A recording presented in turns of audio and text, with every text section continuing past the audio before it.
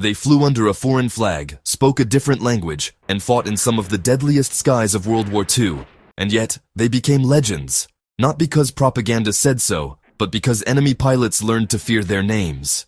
This is the true story of the Normandy Niemen Regiment, a unit so rare, so bold, and so effective that history still struggles to explain how it even worked.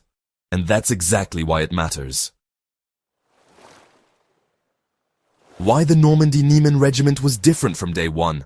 The Normandy Niemen Regiment was born out of desperation and defiance. In 1942, France was broken, occupied, and humiliated, but some French pilots refused to accept defeat.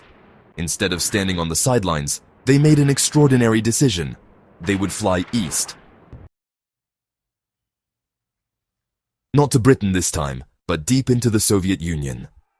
They volunteered to fight alongside Soviet forces on the Eastern Front, the most brutal air war of World War II. This was not a symbolic gesture, it was a combat commitment. These pilots would not be flying familiar aircraft, speaking their own language, or operating under Western command structures. They would train, fight, and die as part of the Soviet Air Force. That alone made the unit unprecedented. Learning to fight the Soviet way. Well, from the start, nothing was easy. The French pilots had to adapt fast. New aircraft, new tactics, new maintenance systems, new command culture. They were issued Soviet fighter planes, most famously the Yak series. These aircraft were agile, rugged, and, just perfect for low-altitude dogfights, but they demanded a different flying style than Western fighters. Communication was another battlefield. Orders, briefings, and radio calls were in Russian. Ground crews were Soviet. Spare parts were Soviet. Even food and living conditions were vastly different from what the French pilots were used to. Yet instead of breaking the unit, these challenges forged it. They didn't just learn, they mastered. Combat over the Eastern Front. When the Normandy Regiment entered combat, it did so at a time when the air war in the East was, well, unforgiving. Short engagements, brutal attrition. There was little margin for error. German pilots were experienced, aggressive, and often flying in large numbers. The French pilots quickly proved they belonged. They racked up confirmed kills through disciplined teamwork and aggressive flying. They favored close-range engagements, striking hard, and disengaging fast. Over time, Soviet commanders stopped seeing them as foreign volunteers and started treating them as elite professionals. Losses were heavy. Many pilots never made it home. But those who survived built a reputation that, spread across the front. From Normandy to Niemen. In 1944, after a series of successful operations during major Soviet offensives, the unit earned a rare honor. It was renamed the Normandy Niemen Regiment, adding the name of the Niemen River, a key battlefield where the unit really distinguished itself in combat. This was no ceremonial title, it was recognition paid for in blood. The regiment had achieved hundreds of aerial victories and had become one of the most effective foreign units fighting under Soviet command in World War II. For the pilots, the name carried weight. It meant they were no longer just guests. They were part of the war's core. Brotherhood, forged in the air. One of the most powerful aspects of the Normandy Niemen story is the bond between the French pilots and their Soviet counterparts. Despite language barriers and cultural differences, mutual respect grew through shared danger.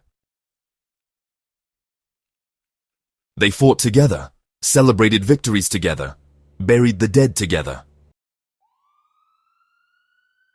Soviet ground crews treated the French aircraft as their own. Pilots shared tactics, survival tips, and, hard-earned lessons.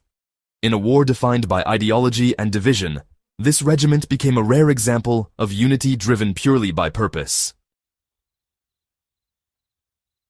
Numbers that tell a brutal story. By the end of World War II, The Normandy Niemen regiment had claimed over 270 confirmed aerial victories. This placed it among the highest-scoring fighter units operating on the Eastern Front. Out of the original group and subsequent reinforcements, nearly half of the pilots were killed in action. Those numbers matter, not as statistics, but as proof. This was not a propaganda unit. This was frontline combat at its most lethal.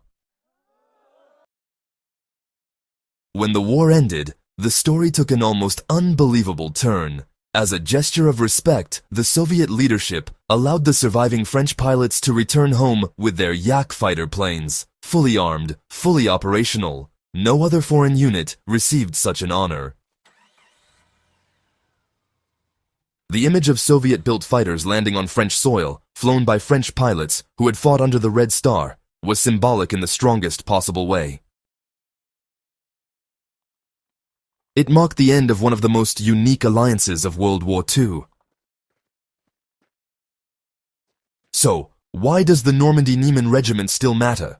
Well, this regiment matters because it breaks the simple narratives. It reminds us that World War II was not just nations versus nations, but, people choosing where to stand. These pilots chose action over comfort. They picked risk over safety. And, above all, they chose purpose over politics.